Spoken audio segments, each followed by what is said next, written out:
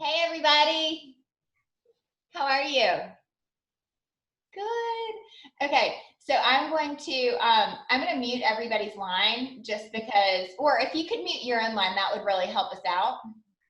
But anyway, we're so glad. Oh, look at all these people here. Okay, and then we're going to take questions at the end. All right, since we have so many and we're right on time, Jennifer, welcome to Wealth Edit Wednesday. We're so happy to have you.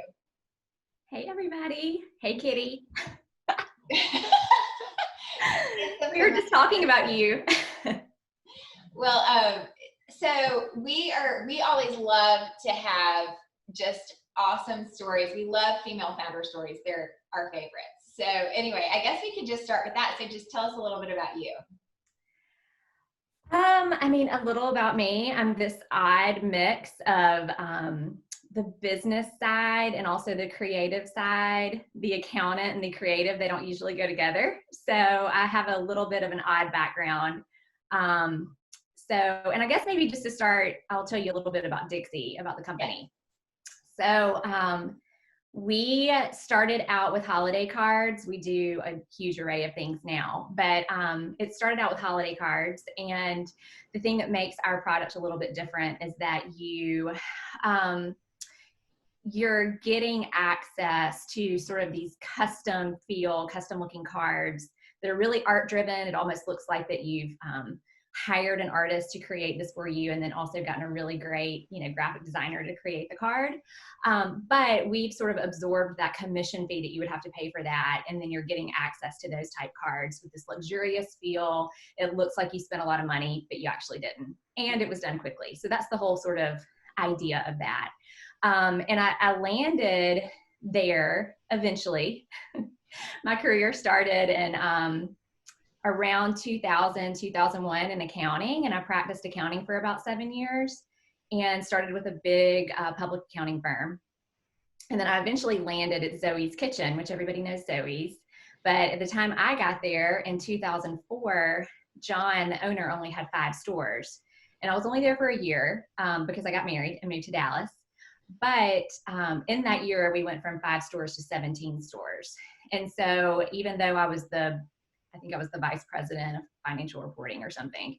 When you're in a small business, you wear a bunch of hats, no matter what your title is. When you're opening a store or you're in massive growth mode, it's all hands on deck. And so I loved that, because while I do love the business side and the accounting side of things, I'm super grateful for that, it wasn't like my passion. I wanted to be able to get my hands into other things. And so I loved that idea with Zoe's. I kind of feel like I got this, I don't know, like a mini MBA that year, because I learned how to run a small business that year. Even though I had been auditing businesses, I'd been around that for years. There's nothing like just kind of getting thrown into it, right? So that was my last job officially in accounting. Got married, went to Dallas. All along the way, though, I had sort of needed a creative outlet. I'm spending all of my days doing this very sort of analytical, business-minded thing, all of that. And I needed something to sort of, the exact opposite. It was like I needed a balance somehow. So I started taking photography classes at Sanford at night early on in my career. And so, and I think that eventually led me to sort of this love of art and things on paper. I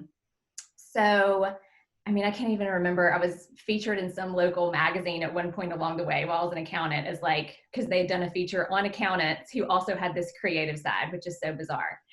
So anyway, I think too, the first time I realized that I was sort of obsessed with paper was when I got married in 2005. So in 2004, as I'm planning all of that, I was sort of the nightmare bride when it came to my invitations. I had them reprinted 3 times.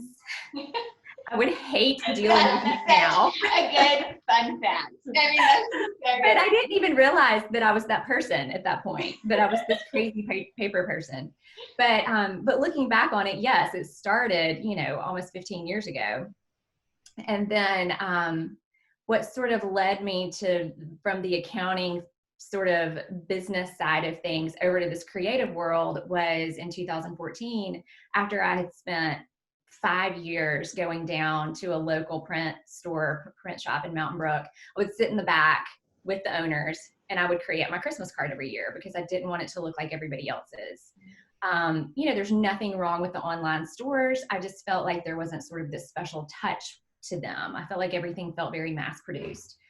So I would do that, but it was expensive, right?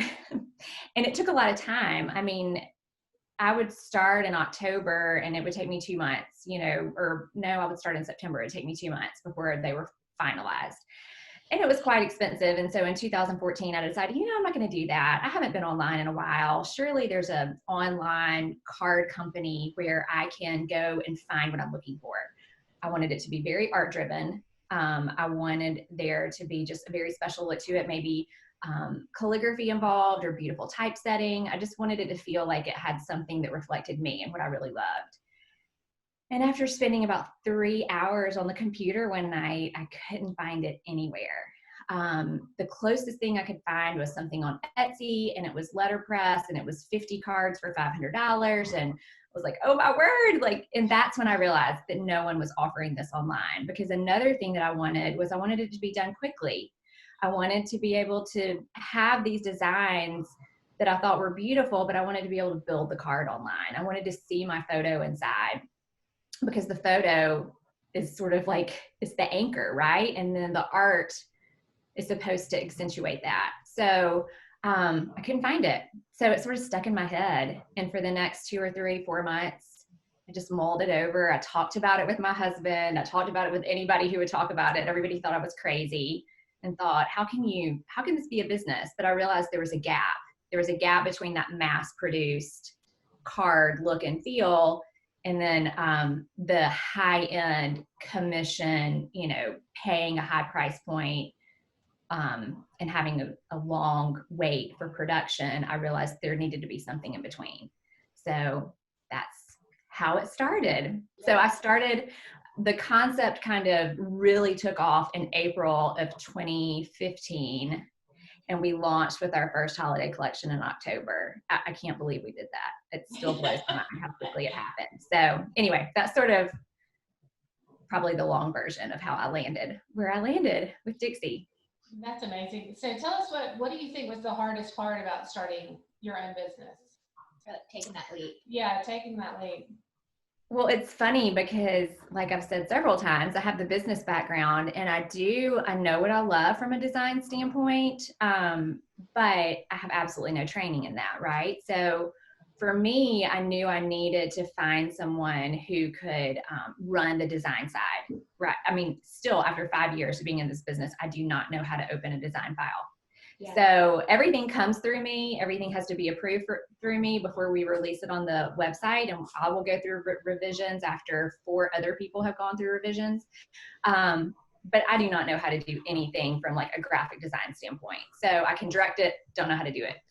So, and I'm sorry, my dog is in here and she is making all sorts of crazy noises. If you're hearing that, the company mascot is sitting in the chair. So yeah, out of the gate, I had to go find someone who could help me with that. I got really fortunate because I sort of suckered Holly Holland into meeting me to do my logo design. She was getting really aggravated with me. She did not know me from anyone. And I kept emailing her saying I wanted to meet her in person. And the reason I wanted to meet her in person is I wanted to convince her to come on to the team, right away. She finally agreed to meet with me and within 24 hours agreed to come on as my creative director, and she headed up the design side of the business. So I got really lucky with that and we worked together beautifully. And so when it started, it was just the 2 of us. So I will say probably one of the most difficult things for me was managing time, first of all, because I had a 5-year-old and a 2-year-old when I started. So I have a little bit of crazy.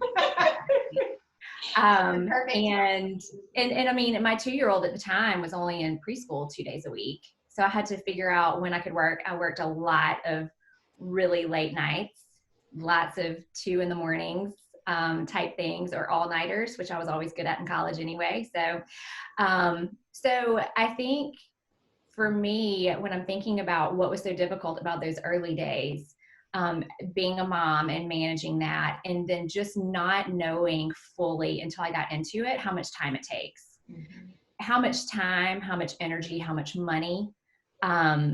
It's just always more than what you think. And I know when I very first got started, a lot of people just thought, oh, that's so fun. Jennifer's doing like a side hobby, when the kids are napping. And always from the very beginning for me, it was never a hobby. It was this is what I want to do. I want to make this company something special, and I want it to scale, and I want it to be big, and I want it to be the go-to stationery company online. Yeah. So that was always my perspective from the beginning. And I think when you have that perspective and you push forward with it, you have to do it from a little bit of like this, insanity perspective. Like you're so driven and you're so just determined to make it work that you're willing to do whatever it takes. And so I think that that's hard for a lot of people because they don't fully understand and realize how much work and time and energy it takes from the onset, from the very beginning. Yeah, it is like having another baby in a different It is. way. So I mean, we can say that we've built now 2 businesses. Yes, we're trying. So much fun.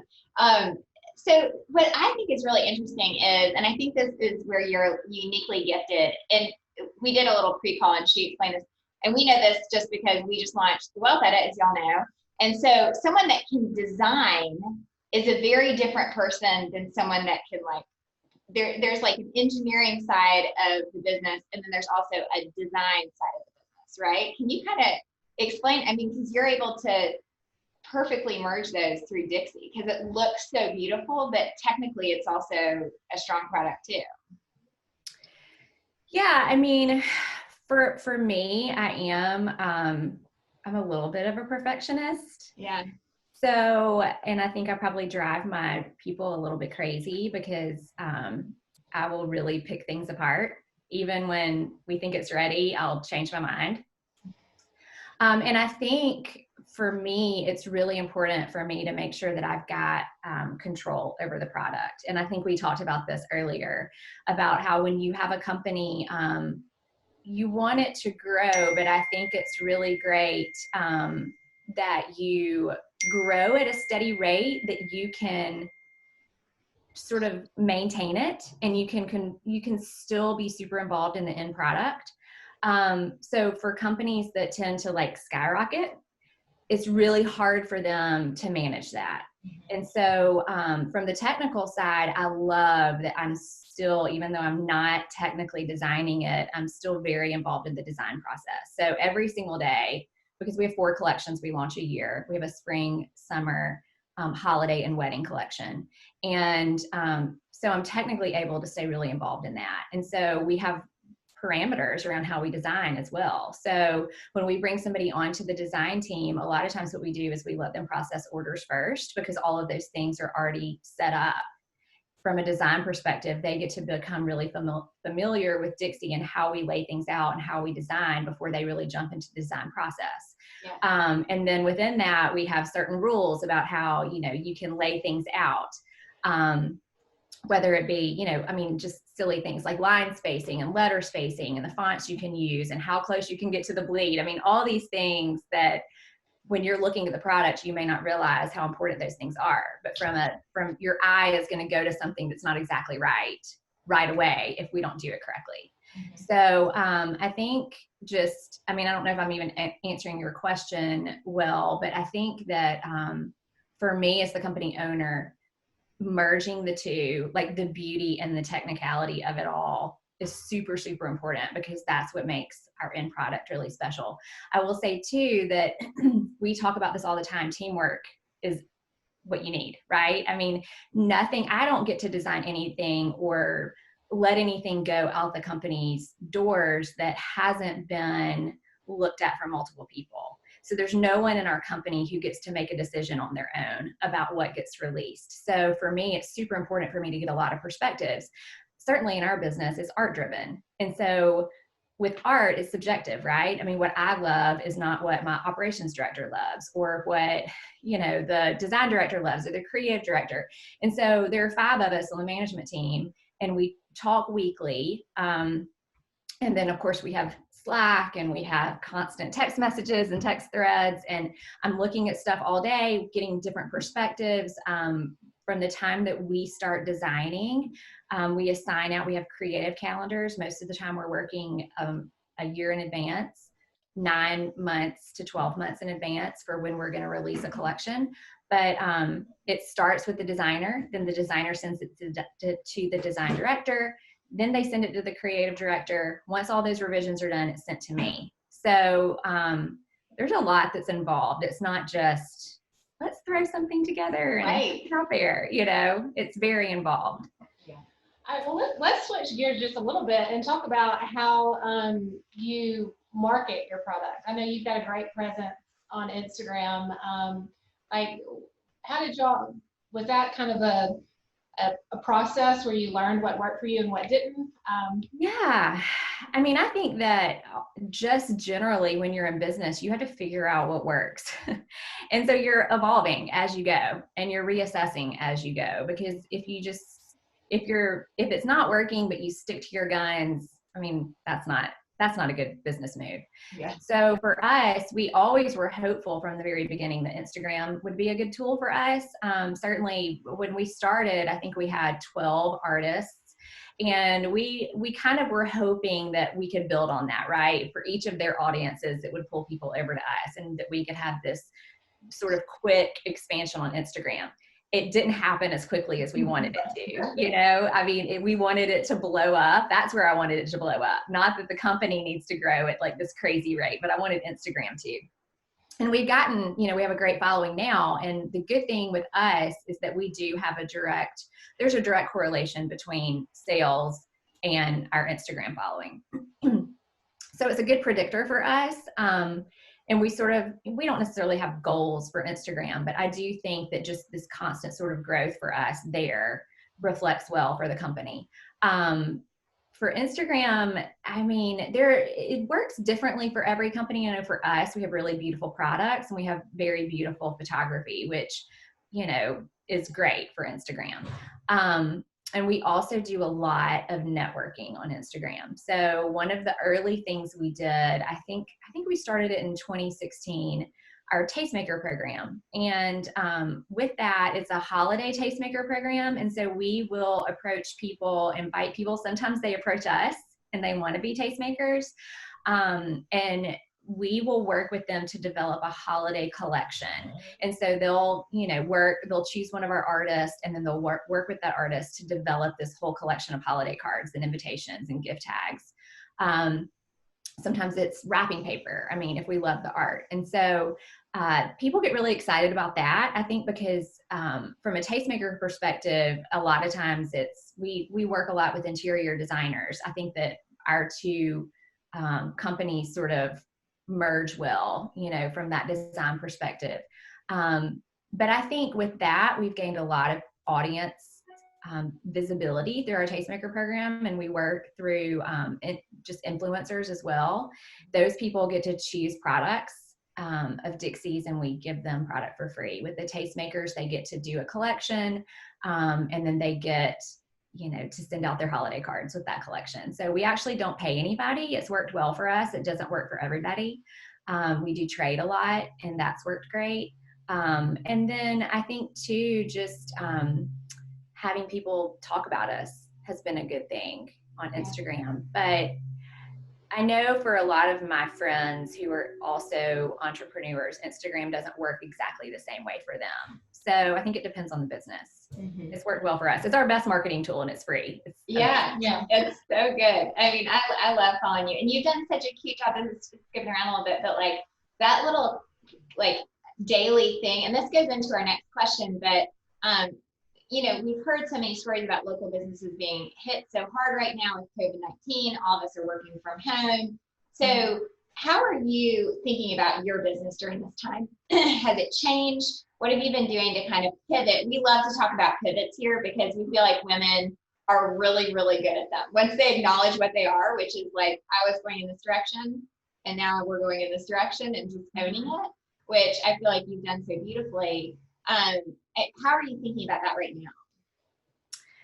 I think for us, that first week where we were all at home, I mean, we were on the phone, on calls, texting, just trying to figure out what we should do. Because when you're a product-based business, of course you want to continue selling your products, right? I mean, that's what keeps the doors open. That's what keeps everybody paid.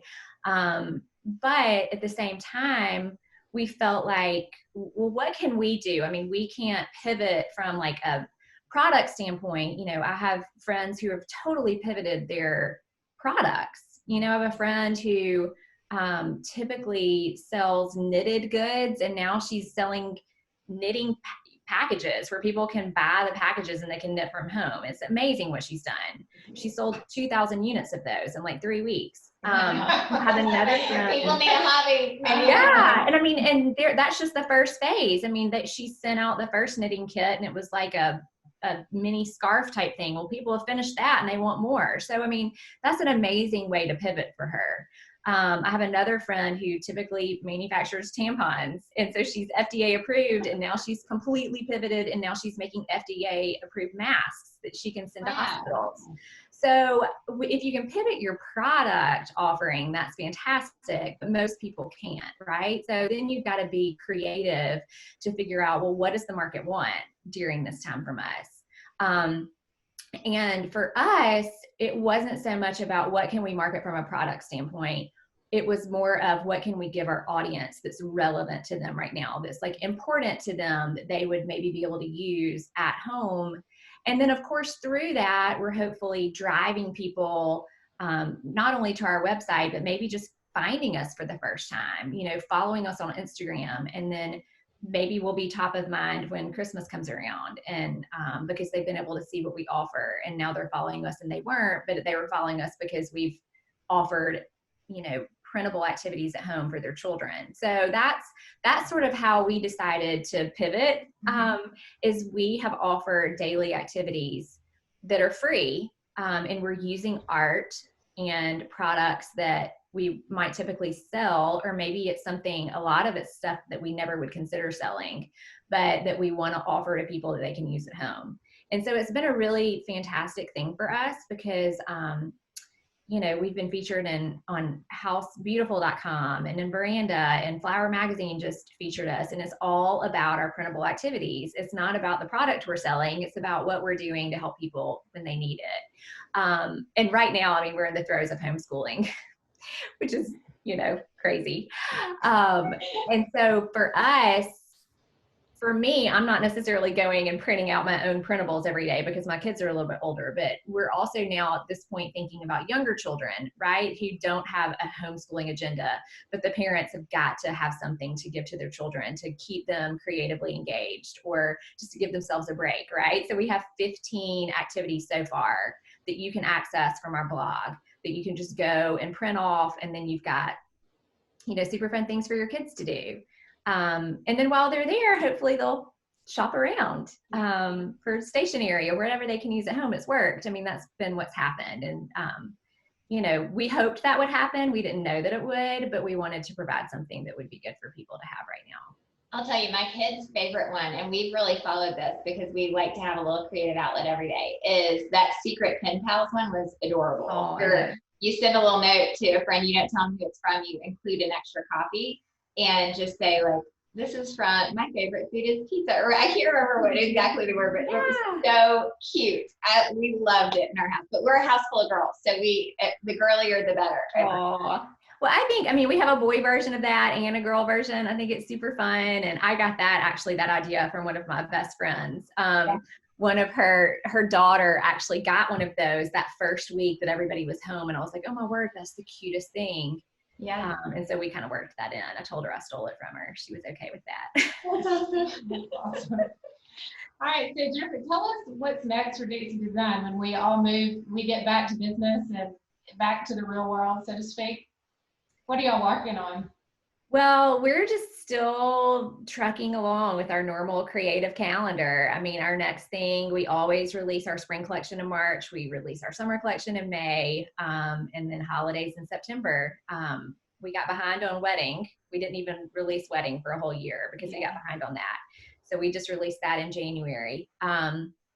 but we're still moving towards that. We may not make a huge splash about our summer collection this year, but it'll be up for people to buy. And then hopefully, even if, oh my word, surely we're not going to be home in the fall, but if we are, hopefully people will still be ordering holiday cards. So for us, we can't stop our normal, what we typically do. So we're moving in that direction.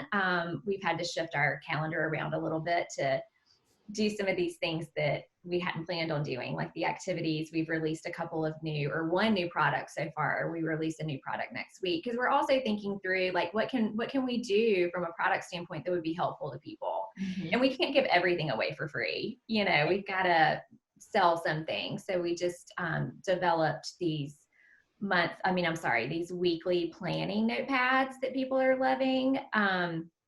And then we have had people request milestone cards for their babies. We've not had the time to develop that until now. So that's coming out next week. We have a bunch of those coming down that are just so cute.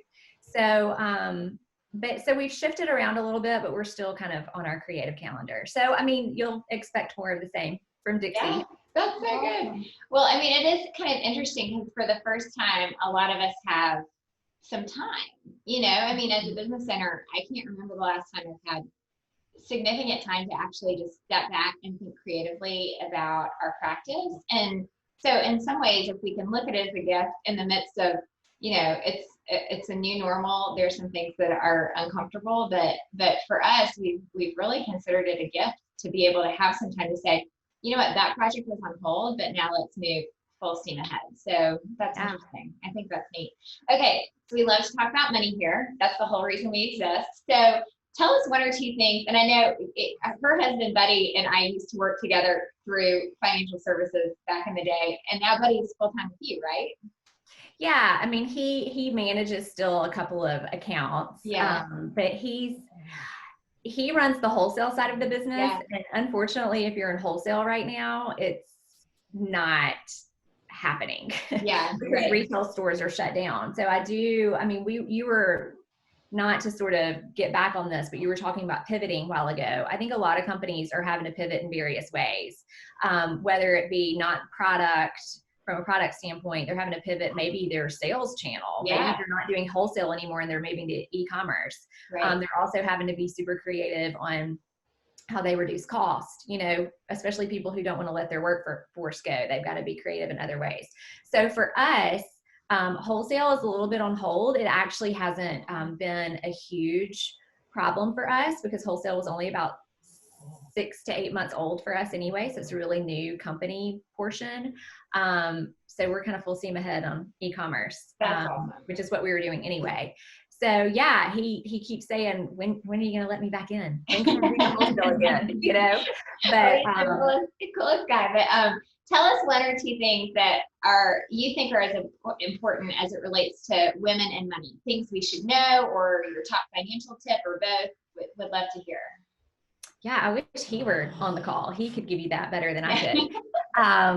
So, I think women and money, I just love the fact that women have a voice in that now. It wasn't that long ago that, just a generation or two ago, that women really didn't have a voice in financial anything, right?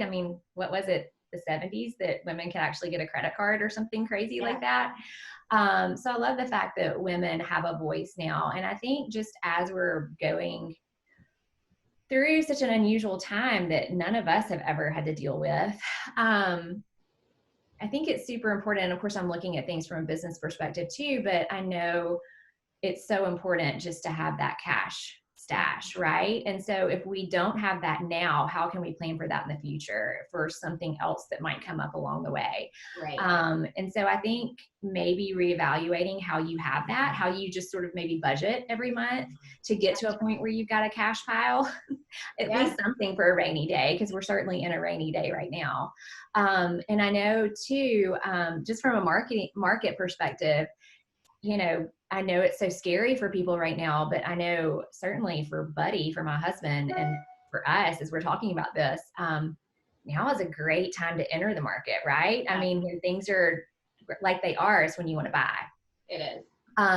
So it's always funny because I think a lot of times, and even as he talks to family and clients, people are so nervous about the market. And yes, you need to be nervous, I guess, but it's also a really good time to consider like how to get into the market if you're not there yet.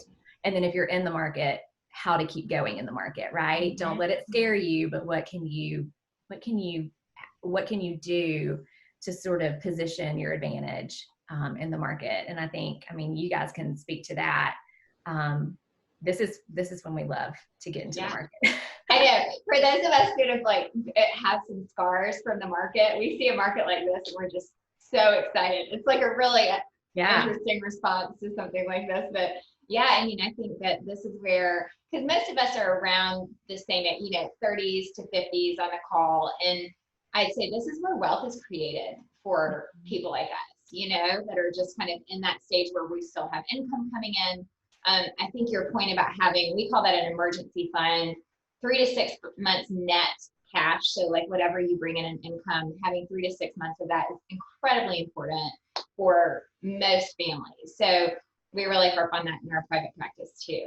So anyway, well, I want to thank you so much. I want to open it up to questions. Everyone's line is muted, but you can unmute your line. So if you have a question, don't be shy. We have a big audience today, which has been so fun. You draw a crowd, Jennifer, so thank you. We can also open up the chat. Do you guys have the chat on the side? You can always type your message too in chat. Oh, that's a good idea. If you have kids screaming in the background like I do. I texted my husband midway through. Oh, do you have one, Sarah? Oh. I was just saying my kids are screaming. Yeah. It happens. I texted my husband. I'm like, we're recording. Can you tell them to please be quiet? But anyway. Well, Sarah, to do a little plug for her, she has this awesome podcast called Say It Southern. So if you're on a walk or something, just tune in. It's so awesome. Okay, hold on. Oh, okay. Here's a question from one of our members. Can you tell us the biggest takeaway from your Tory Burch fellow experience? Oh, yeah, that's a good one. Oh my goodness, the biggest takeaway. And maybe take a second to tell people what it is. That's a good idea. Because I just learned of it. It's so cool. It seems so cool. Yeah. Well, it's funny because I didn't know anything about it either. I was tagged on an Instagram post when they were promoting it, and she said, oh, you should apply for this. And so I looked at it and I thought, this looks fantastic. And so I did some research on it. I think that the application was due in March at some point, and true to form, I had waited until like 4 days before the application was due to actually do the application. But I had already gotten my recommendation letters. One was from Kitty. She's amazing. And I couldn't let my girls down who had written recommendation letters for me. So I pushed through and did this application, which literally took me 4 days to do. It was so insane. And I think I was telling you guys that by the end, I was aggravated. I thought, what is this thing, that is taking this much time? And so, but they announced, I think in April, who the fellows were that they had chosen. And so we headed up to New York that June. This was last June. We were there for a week, and it was just the most, and of course I didn't know what to expect when I got there, but it was the most unbelievable 4 days of workshops and site visits and dinners and networking and meeting people in industries and just the board members of the Tory Burch Foundation and of just Tory Burch, the company. It was just fantastic. And I'll say probably my favorite thing out of it is that, I was one of 50 fellows, and it's all women entrepreneurs, and they're all over the country. Sadly, there were only, I think, 3 of us from the South. But it was, I would say that's probably my most favorite thing about it, is that now I have this network of women who are in unrelated industries, but in industry, right? And we're all heads of business, and we all talk on a weekly basis. We have a platform where we can talk every day. We have a happy hour at 5 o'clock every Thursday where we all Zoom and talk to each other. And we just bounce anything and everything off of each other. And I think it's just really important to have, especially if you, in life in general, right? But if you have a business, I think it's really important to feel like there are other people like-minded people that you can talk with, who know what you're going through, who know what you're dealing with, on a daily basis. And certainly right now, it's super important that we're talking, because we learn various things that help each of our businesses through a crisis like this, because it is a crisis for so many businesses. So, I would say that's my biggest takeaway is the networking. I got to meet amazing people while I was there. We continue the relationship with the Tory Burch Foundation. Again, we are always in contact with them. I've been able to visit and hang out with Tori, which is really cool. She's fantastic, and what she's done with her company and what she's done with this foundation is really impressive. And the fact that she really does have this passion for helping women, because unfortunately the odds are stacked against us when we go into business. I think for venture capital funding, 2% of funding goes to women-owned businesses, because venture capital, that world is made up of men. And so when you walk into that room trying to get funding for that type thing, it's not always a positive experience. So, but yeah, I don't know. I think the networking and having this community of people that I have now is probably the biggest thing that's been just so helpful along the way over the last year. That's a good word. Yeah.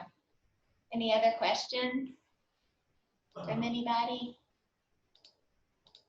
Okay, well, I think with that, we'll let you go. We're going to put this up.